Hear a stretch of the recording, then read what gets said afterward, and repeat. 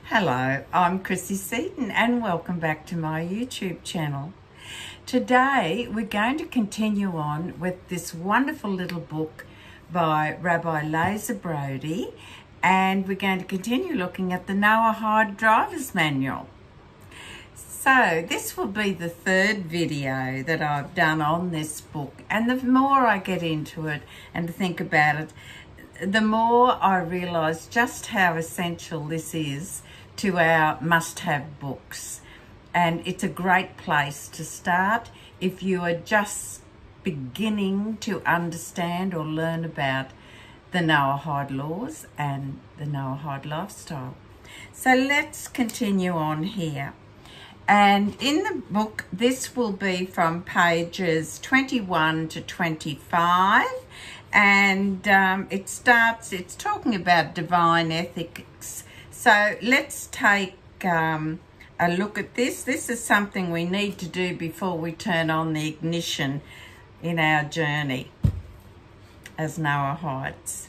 So let us proceed. And I'll read from some of the pages here, because every word and every paragraph is actually important. But nevertheless, I do add a few little comments from here, from my own notes, because they're things that have sort of struck me as important as I've read. So let's turn on the ignition and begin. So it talks about divine ethics. It says, this brings us back to the owner's manual. The sacred law of the Torah that the creator of the universe gave to Moses in front of over 2 million witnesses at Mount Sinai. Now that's something we need to remember and think about. There were witnesses to God's word. These ethics are unswerving. They don't bend to political expedience or a given whim of some society or country that we live in. They're not prejudice, these laws. They are for all mankind. They are for all times as well. So it's not just for when we feel like it. It continues on here and says, therefore, if an individual upholds these 7 Noahide laws because they appear logical and ethical, he or she does not earn the title of righteous among the nations. I've spoken on this topic before too. The reason is that his or her opinions are subject to change according to their own self-interest, their prejudice, or the outside influence that you may be subject to. So let's talk about what it takes to be righteous of the nations. And it goes on and it talks about the teaching of the Rambam, an acronym, that's R-A-M-B-A-M, which is an acronym for Rabbi Moses ben Monomai, also known as Maimonides. And he lived in the 1134 to 1208 centuries, and these are the backbone of this book actually, and a lot of you that are on this Noahide journey would be well versed with the life of Maimonides and his work. Now, Rambam's magnum opus is the Mishneh Torah, a 14-volume compendium of Talmudic law. It is also one of the main sources of the code of Jewish law as we observe it today. My esteemed teacher, Grand Rabbi Naftali, also known as the Melitza Rebbe, rules that the Rambam's writings are the sole authority in every area of Talmudic law that doesn't appear in the Shulchan Aruch, which is the code of Jewish law. So it gives an example. Since none of the laws of the Holy Temple is applicable today, may it be rebuilt soon, amen. The rulings of the Rambam are uncontested in this area. So we have to get our head around the fact that We can't just go to the Torah and read something and form our own conclusion what we'd like it to be. We have to be cognizant of the fact that there are centuries of tremendous scholars who have gone through, codified things, argued prolifically amongst themselves about things until finally they come to a conclusion that is right. And so there are things that we have to accept, and there are scholars that have gone before us that are far, far brighter than we are. Read in Jewish homes, read amongst the laws, the compendiums, etc. So they are far more advanced in their knowledge than we are at this stage in our journey. So that's why we need our operator's manual, driver's manual. The Noahide laws, pardon me, also do not appear in the Code of Jewish Law. We therefore rely on Rambam's teachings on the subject, which appear in chapters 8 and 9 of the Laws of Kings. Now, if you see fit to purchase this little book, which I urge you to do, all these references are going to be in this book if you so desire to follow this journey to the nth degree. Now, mind you, this book is enough. The Rambam writes in Laws of Kings, chapter 8, verse 11, anyone who accepts upon himself the fulfillment of these 7 commandments and is precise in their observance is considered one of the righteous among the nations. Some of you would have heard that phrase. You are righteous among the nations. And goes on and says, and they will merit a share in the world to come. This applies only when he accepts them and fulfills them, because the Holy One, blessed be he, commanded them in the Torah and informed us through Moses, our teacher, that Noah's descendants had been commanded to fulfill them previously. However, if he just fulfills them out of intellectual conviction, which is easy to arise at, think, well, when you look at the 7 Noahide laws, you think, well, anyone with a modicum of common sense would have to say, well, we should be doing that. That's the right thing to do. But if you say that to yourself, but then add and say, well, now listen, these laws were given to us by God at Sinai. We were reminded about them. Reminded about the 7th law, especially when it was given to Noah when he exited the ark. There's so many links that one would be rather foolish to say that this isn't correct. So, however, if he fulfills them out of intellectual conviction, he is not considered one of the righteous among the nations. Goes on further now, and it says, intrinsic principle is the essence of Rembrandt's teachings are amazing and truthful.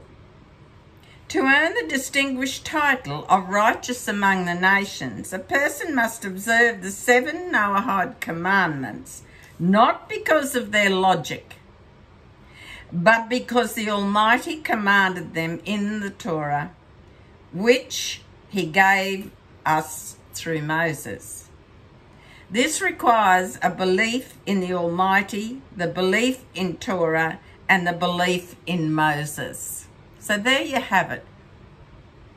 It goes on and says the Torah praises the children of Israel even before they received the Torah, when it says in Exodus chapter 14:31, and they believed in Hashem and in his servant Moses. So we have to say, so be it, we believe. We believe. This pure and simple belief in the Creator is called emunah in Hebrew. That's spelled E-M-U-N-A. From here on, we'll seldom use the words faith or belief. We will use the word emunah because it describes it better. That wonderful word, Hebrew word, has more meaning when we say it as it is, emunah. It goes on here and continues on about our driver's operator's manual, an emunah-orientated manual. That's this. It says, this humble handbook is for practical use. Keep it in your purse, your jacket, and certainly in the glove box of your car if necessary. It's an owner's manual for the Noahide soul, an emunah-orientated guidebook for Noahides. I'll repeat that. An emunah-orientated guidebook for Noahides. This book does not presume or claim to be an authoritative guide to the Noahide laws. It goes on and says here, for that I would recommend The Divine Code by Rabbi Moshe Weiner. And most of you have heard of this book. I've done quite a few videos about it. It's available. If you go to my website, description in the link in the description box below, you'll find out where you can get that book. I think it's the 4th edition now. I'm not quite, let me see. The Divine Code, I think it's up to about the 4th edition. This is it here, the latest one. I've talked about this before. This is very thorough and in-depth. Start with something like this until you get your head around the essence and the ethics and the understanding of the simplicity of these Noahide laws. Then you can move on and get into the more detailed parts of each of those laws. But for the time being, use this. It goes on and says there are different schools of thought regarding what a Noahide should do or shouldn't do in certain situations. Now, this book opts for clarity, simplicity, practicality, and reader friendliness, and I can't emphasize that enough. Nice big print. Easy, easy, easy. It goes on and says, any reader can readily implement the advice in this book and obtain the esteemed title of righteous among the nations. In further chapters, we'll be looking at Rambam's 13 principles of emunah, are both the foundation of the Noahide laws and the key to peace and harmony in life and the world. This book, it goes on and says, these are not my words, this book is for all of humanity, so we may hasten the glorious day when all of living flesh call your name in prayer. It's referring to Hashem, our one and only God. So let's just briefly summarise this. We're getting further into the Noahide driver's manual here, or the owner's manual, whatever you want to call it. There's three things we should keep uppermost in our mind here, and that is belief in Almighty God, belief in the Torah, and also belief in Moses, because there's a chain there of command. There's a chain of information being handed down, and each process that this information has gone through is sacred, is meaningful, and is the truth. Now, I'm going to continue to read this little book, not word for word, but I want to impress upon you how easy this explains things, and kudos to Rabbi Lazer Brody for doing a stellar job with this little book. I can't recommend it enough to people. I believe, think if you go to Amazon, it's about, look, I'm not sure. I'll make sure I put a link in the description box where you can obtain this book. But it's easy to get. It's easy to get. So that is something that we need to be thinking about now. Those belief in Almighty God, belief in Torah, and belief in Moses. And there's a lot of people still out there that claim to be Noahides that are still wanting to argue the toss about what's in the Torah at times, or have their own interpretation upon it. And I think we need to humble ourselves and use some common sense and think that far greater scholars than us have gone before us and have argued for centuries over things to arise at the truth that may only involve a phrase of what is written. So who are we to say that we can override and our opinion is brighter or smarter than theirs? We might have confusions at times or question things. That's okay until we get a grasp and an understanding of it. But to assume that we actually know better, not only is it stupidity, but it's an insult to God. Now, so all humanity has a right to follow and is compelled to follow universal ethics, which are the 7 Noahide laws. And you can follow them just because you think they're a good idea. But more importantly than that, you should follow them because they are commanded to us from God. And really, if we live by those laws, we can, I guess, make our life a lot less complicated than we try to make it ourselves. Life is meant to be simple. Our faith is meant to be simple. Our belief in God is simple. There is a God. Believe in God. No point arguing about it, really. You might have a discussion about it, but you don't argue about it. So, Noahide Owner's Manual, that's it for today.